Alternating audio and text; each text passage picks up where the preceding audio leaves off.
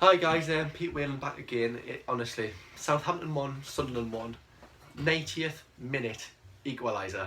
1-0 up, Southampton down to 10 men, Newcastle getting beat, Norwich getting beat, a chance to go 3 points clear of both of them. What did we do?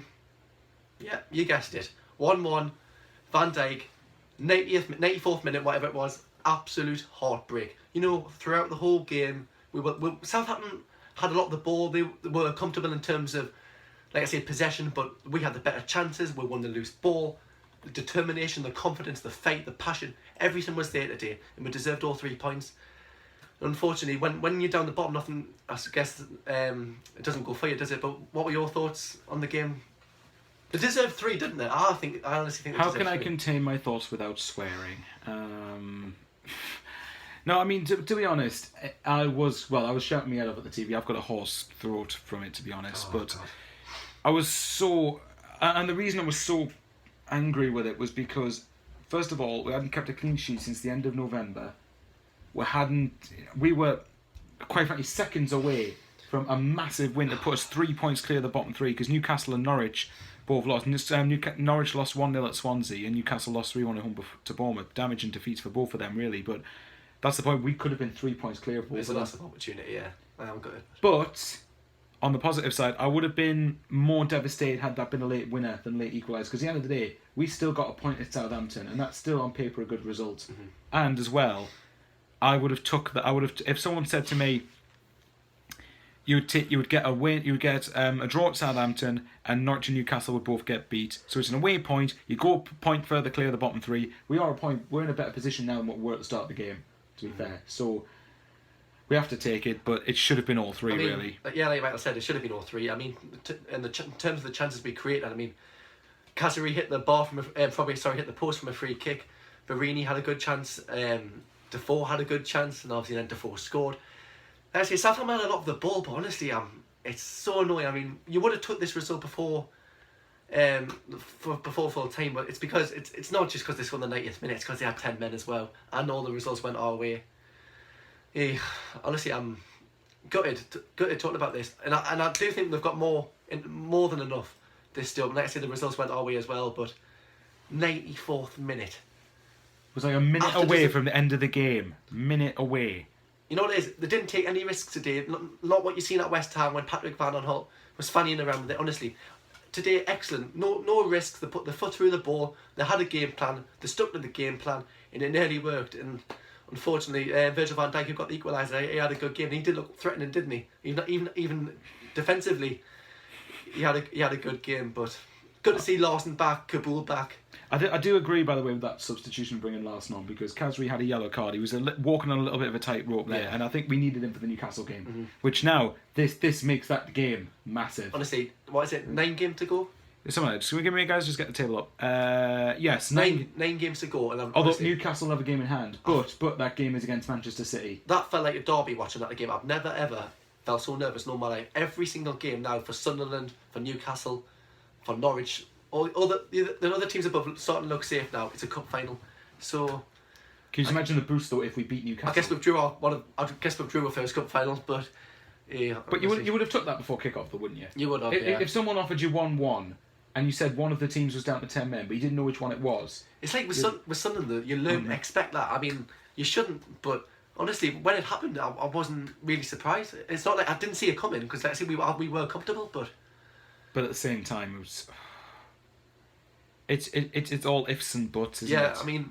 It's all ifs and buts, because if we'd won, we would have been on 27 points, and that's 3 points clear of the bottom 3. Now that's not safety by any means, but 2 point. On the other hand, though, it could help us in a slight way, because if we'd won, we could have been slightly complacent for the Newcastle game. Yeah, I mean, I'm pretty sure Allardyce wouldn't have allowed that, but we could have been thinking, right, okay, we'll just get a point. We've got. We're 1 point, we're 3 points above them. We don't need to go out for the win. We'll just settle for the draw. So because it's 1 point, that might get urgency to the players. I must stress, Sunderland. If you're any players are watching this, if you go 1-0 up against Newcastle, if you get into a dominant position, don't blow it. Honestly, I mean, in terms of the game itself, Vito Manoni, what a save he made. Just on what half an hour in. I'm trying to think. It was enough from Stephen Davis. I can't remember who it was. I'm not sure. Like a half hour mark. I see it on Match of the Day. What a save! Exactly similar to what he done against Crystal Palace the other night. Hand stretched out, tips it over the bar. Fantastic. Looking at the bottom, like I say, Villa are gone. I do think Newcastle lost to Bournemouth today. Norwich have lost to Swansea today. You know what? I think we've got more than enough. Do I think we'll win the derby? Yes, I do think we'll win the derby. Do I think we'll beat Norwich? No, we never do. But where it'll be won and where it'll be lost is Leicester, West Brom, Leicester and Everton. Them 3 home games. Everton obviously hasn't been rearranged yet, but you've got to win your home games. And I think it's just so annoying we haven't kept a clean sheet. Was that 15 games now? It's not 15, I think. It was 14 or 15. 15 games now, and you know... Typical. Haven't kept a clean sheet. Play Newcastle. Touch wood, that's hint for the Sun of it. If we kept a clean sheet in the next... I'd take a clean sheet in the next game. What were your general thoughts of the game today? 1-1 fair result, or I thought, or what? I thought it was generally fair. I thought that Southampton probably had a bit more ascendancy, but Sunderland were better in terms of... It's a good away performance, if that makes sense. It's a good away performance, and it's a good away point. That can't be underestimated. Even though we conceded late on, we have still opened up a little gap. Even if it's just 1 point, it's still a gap. So, you know, right now, as long as the table stays that way after 38 games, I'll be happy. When you've got a goal scorer on your bench like Jermaine Defoe, you've always got a chance. He came on, I think he had only been about 10 minutes. First shot, 1-0. Yeah, I mean, like I say, when you've got a player and a goal scorer like that, you've always got a chance. And he could honestly be the difference between staying up or playing championship football next season. So it's an advantage to have, isn't it? Great to see him scoring again, but because what's going to keep you in the league? Goals. Yeah. So and keeping clean sheets as well. But if you score more than you concede, then you can get away with it. The only thing I'm annoyed about this week just gone with Palace and Southampton, we've been in front in both of those games and drawn them. We've got fight. But the fight's there. I'm just like loads of Sunderland fans are saying, if only we had Allardyce earlier.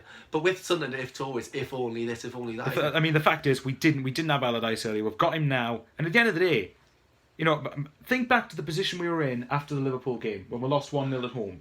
We were 7 points adrift at that stage. Yeah. I bet you at that point, if someone said to you after, I don't know if any of you guys want to comment, but if anyone said to you after the Liverpool home game where you're 7 points adrift of safety, after 29 games you'd be out of the bottom 3, you'd have took that. I would have done.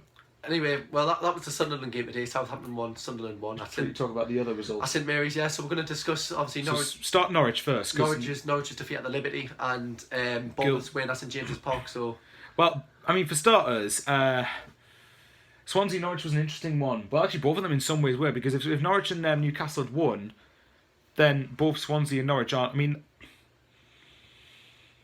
I'll put it like this. At the end of the game, to the end of the Sunderland game, we misheard. We thought Norwich were beating Swansea. And I actually said, if Norwich ought to beat Swansea and wait to win, that's actually not bad, because that's another team dragged down. Obviously, the more teams involved in the relegation dogfight, the more chance you have got of staying up. Obviously, now I've seen that result. Well, Swansea winning, it's good, I mean, because we haven't won, have we? But I'm not going to say Swansea is safe, but I'm struggling to see them going down now after that. I think if Swansea... Because I know Swansea's next 2 games are against Bournemouth away and Villa at home. Now, even if Swansea went to Bournemouth and got a point and beat Villa, I think that would be them safe. And then is it a poor result for Norwich? I expected Swansea to win that, to be honest. Newcastle at home. That's a damaging blow for them. You're probably not interested, but I went 0-0 on my Super 6 because I just thought the way they applied themselves at Stoke, and I mean, but no, Steve McLaren, will he keep his job? Please do. Yeah, but no, you know what? Honestly, but hang on, then again, forget he might walk. Rivalry aside, forget who I support. I kind of see Newcastle. You kind of judge a game. They might wipe the floor with Sunderland. They might absolutely hammer Sunderland. Hang on, please don't. We can't see me face, man. Sorry, yeah, I'm saying please don't. You don't know, but honestly, I don't. You don't know what's going to happen. I mean, in the Premier League, when Sunderland stayed up, when Nicholas Point, who was going to say Sunderland were going to stay up then? So Swansea aren't safe. Bournemouth aren't safe. Yes, it looks like they're safe, but anything can happen in this division. Leicester are top. So, correct me if I'm wrong, when we did the Great Escape, Norwich was so many points clear of us at one stage. Exactly. And they went down. So, Villa... It is heartbreaking, isn't it? I mean, 93rd, 94th minute, whatever it was. As well, I think if we'd won, that would have all but definitively saw Aston Villa. If we'd won, would have had 27 points. Villa, 11 points. If we had won... Yeah. I mean, Villa are still 9 points clear. Sorry, 9 points adrift rather. But Villa are definitely gone. Yeah. Write them off. You know, Villa, can you beat Newcastle the second last game of the season, please? But It's ifs and buts. I think in the end I'd learn to accept this point. I think like I remember saying, I said after the Bournemouth game when we drew, everyone was so gutted about that and saying, "Oh, it's a point. It's a 2 points dropped and whatnot." But every point matters. It's not the fact this is the fact we're conceding the last minute. That's Conceded again. Might I add? That's the biggest blow. But it's because they had 10 men as well. Like that's the thing. I mean, honestly. You know, in the past when you've watched Sunderland and you think, oh God, you can see what's going to happen, who's going to score against us this game, last minute equalisers, last minute defeats. But honestly, I'm not going to lie, we were very superstitious throughout this game. We didn't want to see anything because with Sunderland, it always backfires. In my head, I was thinking Southampton on equalising, we're comfortable, and I honestly didn't see it coming. When they did score, I was just shocked actually because normally I wouldn't be shocked. I didn't expect that to do because, like I say, Sunderland did apply themselves very well. It was a very good performance, but it's just a shame, like a big opportunity missed. Actually, I do still think we'll steal, but 1 point above the other two now, rather than it could have been 3. But I'm not going to say we're definitely going to steal, but I think if we can somehow get if we can beat Newcastle away and beat Norwich away, if we can win those 2 games and obviously get wins elsewhere at home, but if we can particularly beat Newcastle and Norwich, it wouldn't see us safe, but it'd be a massive step to safety if we could beat those 2 teams. No game now until 14 days. Well, was it 15 days? 15, yeah, because 15 Derby's days. or something. Obviously, the time. Well, like 2 weeks roughly. Anyway, the time we had Derby. I mean, Newcastle could use the Sunderland's normal tactic, sack a manager before the game, in the hope of getting the players up for it. Obviously, maybe that'll give them false hope, and hopefully we'll end up winning it. You know what? Even if Newcastle ought to apply, get a new manager and get rid of Steve McLaren or whatever Steve McLaren walks. I do still think, I don't know who will steal, forget who will steal for a minute. I do still think Sunderland will go there and get all 3 points. I know you think, 6 Derby wins in a row, it's going to come to an end eventually. They're playing in front of their home fans. It's on them to get the 3 points. We're away, what we got to lose. I know obviously we're in a relegation battle alongside them. But like I said, they're going to be playing in front of their fans. They're going to be the nervous ones. They're the ones who've got to play for their crowd. So... I would agree with that because I think we'll win, honestly do. Well, I don't know whether we'll win or not, but I think I didn't, but I do now. I do think we'll beat them there. The thing is, if it was just about bragging rights aside, if it was just about bragging rights alone, I would take a draw any day of the week. But if we could, let's just be hypothetical for a moment. If Sunderland did beat Newcastle, say if Newcastle lost to Leicester, Norwich lost to Man City next week, and Villa lost to Tottenham, etc., and then the week afterwards, the weekend we play Newcastle, Norwich are away to West Brom. So say if West Brom beat Norwich. If Sunderland beat Newcastle, then that gap would be 4 points potentially.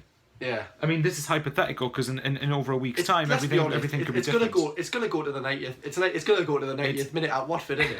You know what I mean? It's going to the wire this season. I mean, we'll watch the Arsenal Tottenham game this morning. They were describing that as the biggest North London derby in years, and this is going to be the biggest Tyne-Wear derby in years. I mean, obviously opposite ends of the tables and for very different reasons, but. That game, I'm not looking forward to it, like I say, but it's a derby. Form goes out the window. Anything can happen. But the expectation's on Newcastle, isn't it? Because they're at home, and that's one. And Sam Allardyce, I think, tends to. I mean, and they haven't won in six times. So no, but not to mention it could suit us better, couldn't it? Yeah. Mm-hmm. So overall, yeah. I mean, no one knows who's going to steal. No in the Premier League. The positive is at least for another week we're at the bottom 3. No in the Premier League, bloody Man United. No, Man United won't win the league. That was a joke. That was a joke. Yeah, 11 points behind Leicester, who's just kicked off now. By the way, given the way this season's gone, you can't predict anything. I mean, honestly. So overall, good point. You would have took it before kick-off. Absolute heartbreak. It should have been an extra 2, but at the same time, at least for another week we're at the bottom 3. That has to be remembered. Heartbreak to concede in the 90th minute, but. What about you, Paul? Yeah. Because you've barely had much to say this video, so you can get something in from you. No. I've just been agreeing with yours, really.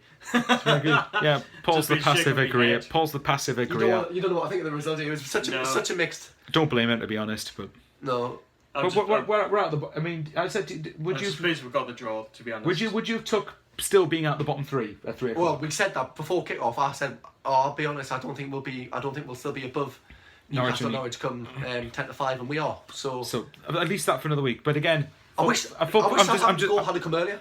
In that way, I wish Southampton had scored in the 80th minute to save that save that heartbreak. But at the end of the day, the heartbreak's there from conceding an equaliser. But you'd rather have that than they score a winner because at least we've left with something.